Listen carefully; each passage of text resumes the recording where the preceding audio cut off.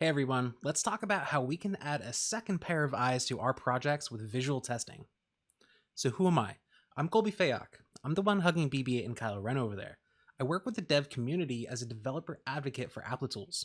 You can find me pretty much anywhere on the web by just googling my name, as I'm the only one in the world. So let's start off by bringing out Danny Tanner. Who remembers America's Funniest Home Videos? Pretty much every country had something similar to this, much like the Got Talent series, but instead of playing funniest videos, we're going to play some UI gone wrong. First up, we have Safeway, which is a regional supermarket here in the US, who also has a pharmacy wing. If I'm trying to sign up to get my flu shot or whatever type of prescription, I need to be able to fill out that form. Overlapping inputs are going to give you a hard time trying to do that. Depending on the positioning, you may simply not be able to. Maybe you can tap your way through all those different inputs with your keyboard, but are non-technical people going to be able to do that and actually be sure that the info is right? This is going to prevent customers from filling out that form. For a business, that's lost revenue. For patients, that's going to make it harder for them to get their prescription. I would imagine all of us know what Gmail is, so I can save the time and skip the introduction. I think one of the more compelling features about using Gmail is its powerful search. I blurred out the names here to protect this person's privacy, but we have a big issue here. We clearly have disconnected UIs here. Search results don't typically have all those options. Those icons are showing overlapped with our results from a single message. Is that some kind of z-index issue? How would we even test that? While we probably all think that how in the world would this actually impact our personal inbox, like losing a message from our favorite aunt, how about your work email, where you just lost a big lead or an important email from your boss? Or how about WebEx, remote meeting software? This one's more of just an annoyance. If I'm trying to unsubscribe from a newsletter, I'd feel a little bit unsettled if the form actually looks like this. Companies already go out of their way to try to prevent people from actually leaving. Is that the case here, or is this just a bug? If I'm here, I don't want to get their emails anymore. Is this form even going to work? And finally, Amazon. We all know what Amazon is. And while I admittedly buy way too much off of Amazon, they make it really easy. This is a good way to keep me from buying something. Who am I kidding? I'd probably spin up some dev tools just to fix this to buy it, but most people wouldn't. And those are missed sales from Amazon. While one or two probably won't matter, at Amazon scale, if everyone's getting this experience, that's a lot of missed sales. This isn't meant to shame any of those companies or developers. Bugs happen to everybody. If you look at the attendee above your name in the audience list and look at the attendee below, chances are one of you have written a bug within the last week. And that's okay. No one's pointing fingers, and no one should be pointing fingers. What we should be doing is trying to figure out how we can work to prevent these bugs in the first place, which is why we're here to talk about a better way to write tests. Something that's going to be reliable and make sure that customers are seeing what they should. Now, typically I hear a yawn in the back of the room when talking about testing, but it's absolutely critical part of our jobs as developers. Let's take a look at why. Well, starting from the top down, we have our CEO. While sometimes you have a really good hands-on CEO, often they report to a board and really only care about the bottom line. They want to make sure that their business is thriving. So how do you do that? Well, by making sure your product doesn't actually go down. Testing helps build confidence that you're not going to lose money, as well as keeping customers and stakeholders happy. The product or project manager is typically responsible for building that confidence. The development work funnels through them. They need to help set those priorities. Adding testing helps the PMs know that they're going to continue to deliver a quality product and keep that CEO happy. While I'd argue that everyone on a team should care about UX, it's literally in the UX team's title. They're focused on how people are actually using the application. By adding tests, they're focused on making sure that customers aren't hitting regressions that provide a bad experience. They also want to make sure that their hard work and intentional design decisions aren't getting pulled out. The developers are the ones who ultimately write the code. While writing tests isn't as fun as building new features, they're responsible for making sure that code doesn't have bugs. It's also hard to be sure that someone down the line will actually understand that code, making an accidental change that breaks things. Adding tests helps actually build confidence in that code. If something breaks, the tests will hopefully catch it. And not having to deal with those eventual bugs leaves more time for the fun feature development. And it's a common misconception that automated tests replace manual testers, and that's absolutely not true. Even the best testing software doesn't replace a human going through an application trying to break things. It also doesn't replace a human prioritizing the areas that actually need work on testing coverage and implementing the tools that will actually run those tests in the first place. Automated tests are just another tool in a tester's belt, helping them and their team build more confidence. It seems like all stakeholders in a project should be on board with tests, but getting good test coverage isn't as easy as always just adding tests. So what makes it actually hard? Well, whether you have one giant end-to-end test or 100 unit tests, all those tests take time to write. They also require a lot of code. That code, just like features, needs to be maintained. That code, like feature code, might have bugs and increase in complexity. Tests can easily lead to technical debt and end up frustrating developers when broken and left untouched. And speaking of those broken tests, they're often fragile. They depend on hard-coded IDs or super specific selectors, where one little change and that test is broken. I may or may not have accidentally removed an ID for testing and broke tests before. As a new developer, when the testing wasn't actually integrated into the development workflow, I didn't know any better. Those things happen, but they end up breaking your tests. You're thinking it, I'm thinking it. The time you're spending on tests is time you can't build new features.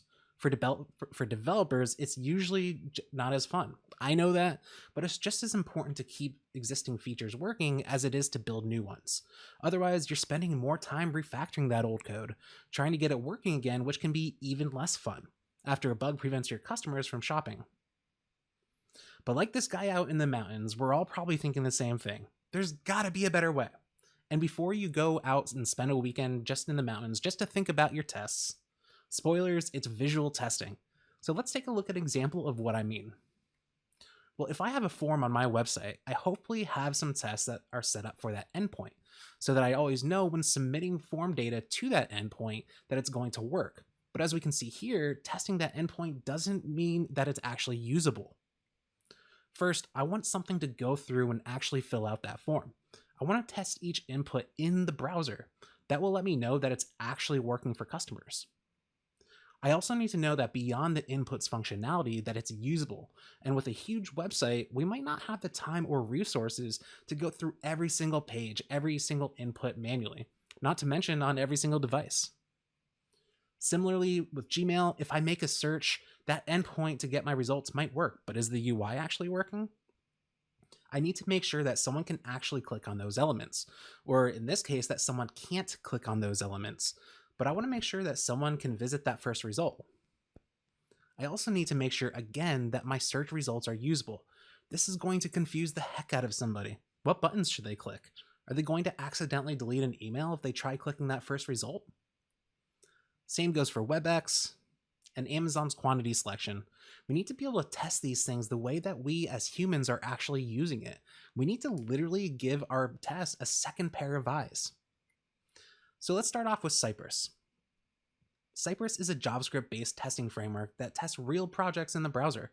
It's easily installable as an NPM package where you can start running through a UI in the browser just like a human would.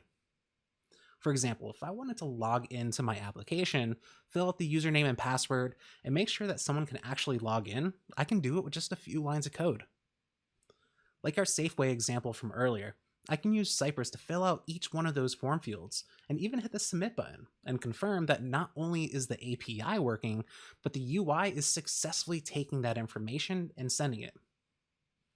But like we talked about before, this isn't necessarily doing anything to help fix what people are actually seeing.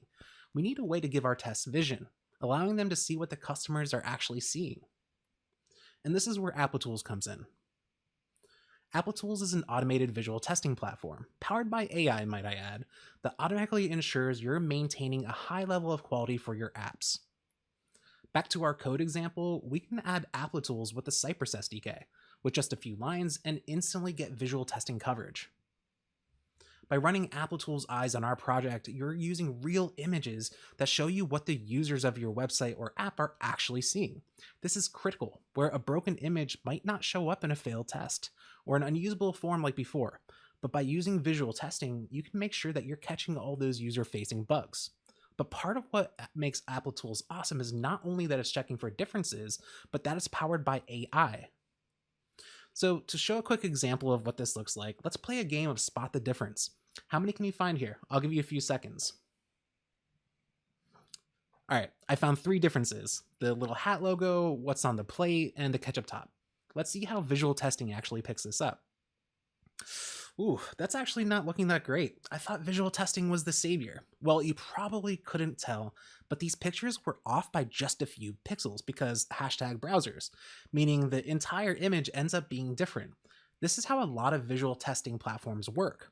They're only smart enough to see the pixel by pixel changes, which in this case isn't helpful at all. But flipping on Applitools, we can see that we were able to pick up all the right differences. And looks like I was right. We have our hat logo, the plate, and the bottle top. Applitools was able to intelligently look at those images, spotting not only the differences, but why they were different, which gives us more meaningful results. While Spot the Difference is a lot of fun, this is even more helpful in the context of the web, where between our 2 login forms, we might not have been able to catch that broken image or alignment issues with code scripts, but we're able to spot those differences with Applitools. And like our Gmail example, the changes are going to get highlighted right on the real image of the page. Those bugs never stood a chance. So let's break down a second how this actually works. Applitools supports a wide variety of SDKs, from web-based testing frameworks like Cypress and Selenium to native platforms like Appium and Espresso. Whatever testing framework you're using, Applitools likely supports and will help you get immediately productive. Let's use Cypress as an example here like before, whereas devs were probably at least familiar with the name Cypress. The way that it works is we'll first install the SDK in our project straight from npm. We'll then call that SDK to capture our snapshot. Once that happens, the SDK will extract the snapshot of the DOM, or the document object model, which is the underlying tree of elements inside of the browser. Then that will get uploaded to the Applitools cloud. And with those snapshots, Applitools will use its visual grid and, depending on your configuration, to generate those screenshots. Where finally, Applitools Eyes uses machine learning to compare those images and intelligently looks for differences, where it will then show you those differences right inside of the UI. So to do this, you can use the Applitools Eyes Cypress SDK. It's an npm package that makes it really easy to install right inside of your Node project. Like I mentioned before, Applitools supports a huge variety of SDKs, so you can find the one that you need pretty much for any testing framework. You can check it out at applitools.com/tutorials. But to see how this all works, let's actually run through a quick demo of adding Applitools to some existing Cypress tests. So here's what we're actually going to go through. We're going to start off with an example, simple existing project that I have set up ahead of time. We're going to first give a quick review of that project, and I already have Cypress installed with a Cypress test. So we're going to run through that test and actually see how Cypress is working. Finally, once we're happy with how Cypress is working, we're going to install Applitools for our visual testing. We're going to add that to our tests, and we're going to run those tests. So let's get started. So we're going to start off with this very simple demo application that I put together for a video game store, where all I have going on is if I go to one of these titles and I add it to the cart, it's going to simply add it to the cart for me. We even have a cart page, and that's pretty much it for this actual application. Now, if I want to be actually adding a test for this, I probably will want to test that primary flow that I just walked through, where we're going to select a title, whatever title we want to add it to our cart, and we want to make sure that our customers are able to actually add it to that cart and they can check out with those items. So like we talked about before, to do this, we're going to use Cypress, which is our testing framework that we can run tests right inside of the browser, just like humans would. For our project here, I already have this simple test set up where we're going to visit that URL right inside of our browser within Cypress. We're going to check if we can add an item to the cart and go to the cart, where we're first going to look up that second item using the one index of our list of items, our games on that homepage. We're then going to navigate to that page and make sure we're actually hitting that page. We're going to then add that item to the cart, and we're going to make sure that it actually gets updated in the cart. Then finally, we're going to use that navigation menu that drops down when hovered, and then we're going to make sure that that takes us to the cart.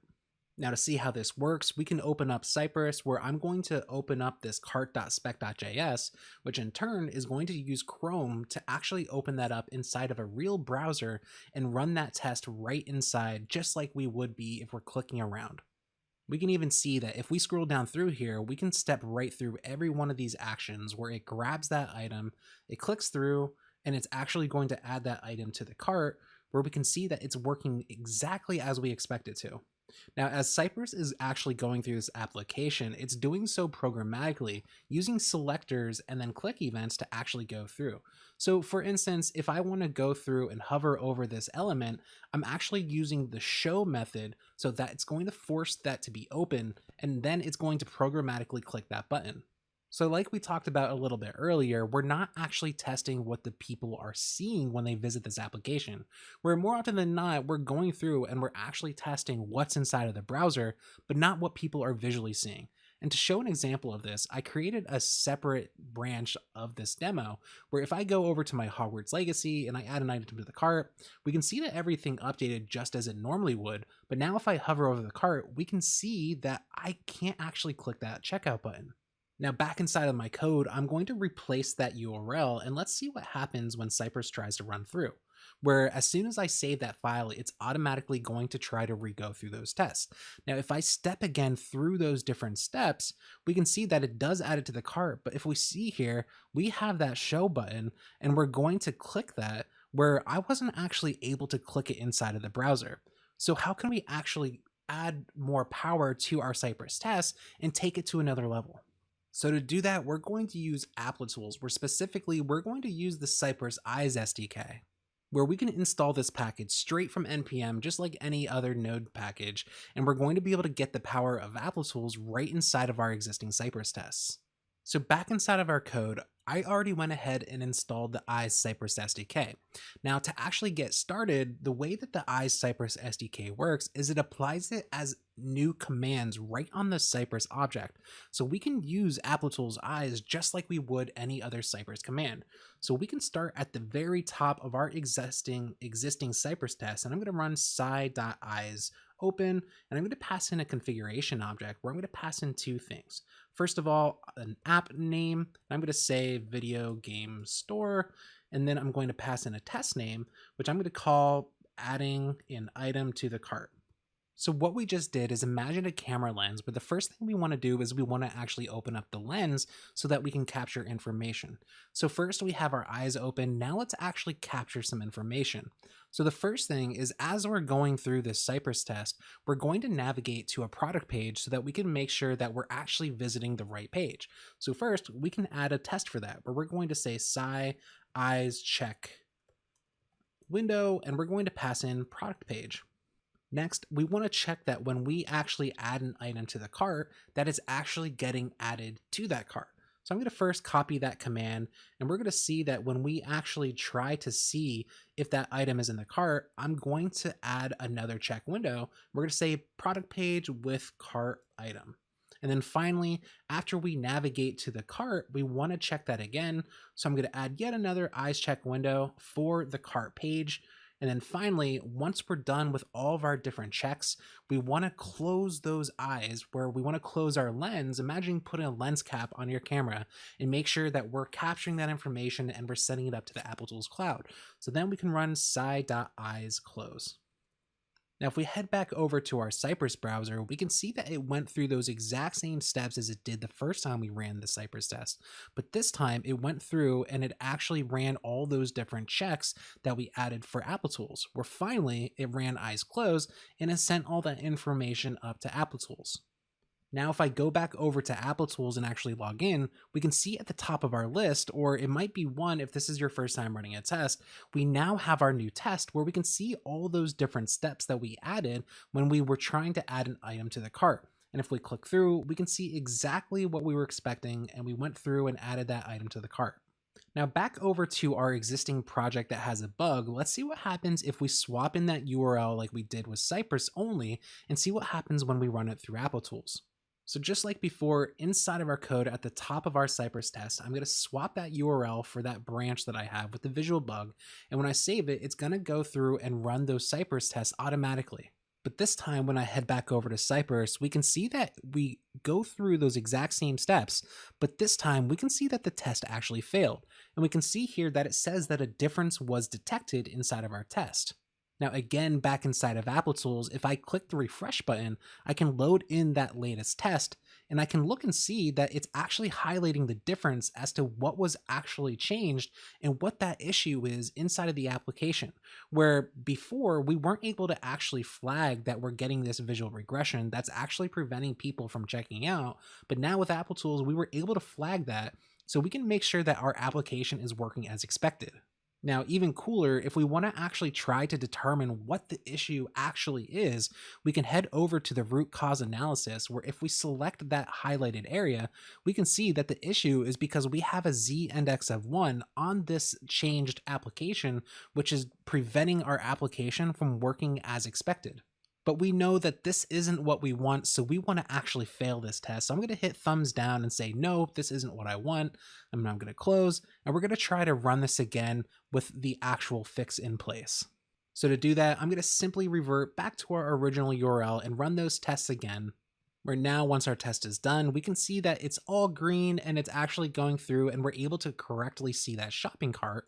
But when we head back over to Applitools, we can go ahead and refresh those batches, and we can see that we're now passing, and we can look at the differences between our original baseline and our new tests and see that they're working just like we expect, and they're both showing the cart correctly. All right, so let's recap a little bit about what we actually achieved here. After reviewing our existing application, we ran through some tests with Cypress and saw how it was able to automate those browser tasks. When we then installed Applitools using the eyes Cypress SDK, where we set up some visual tests and we ran those tests. If you want to learn how to go from end to end, all the way from design to a full stack Next.js application, including installing Applitools to run visual testing on a storybook component library, check out my free course on YouTube, where you can find it at fromdesign2.dev. And that's it. If you want to learn more or chat about the talk, you can find me anywhere at Colby Fayock. I'll also tweet out a link to some of the stuff you've seen here today. Thanks, everybody. Hey, it's Joe Eames with ng-conf. If you like that video, be sure to click subscribe either here or here, somewhere over here. And if you're looking for something more, here's another video for you to watch here or there or somewhere.